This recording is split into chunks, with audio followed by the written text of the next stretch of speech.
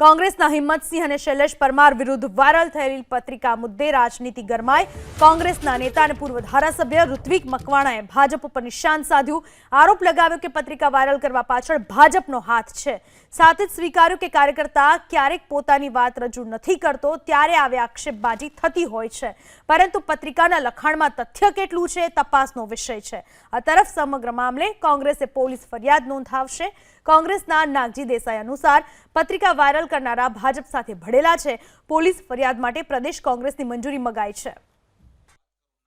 પત્રિકા કાંડ મોટા ભાગે ભારતીય જનતા પાર્ટીમાં પણ આવી ઘટના બનેલી છે।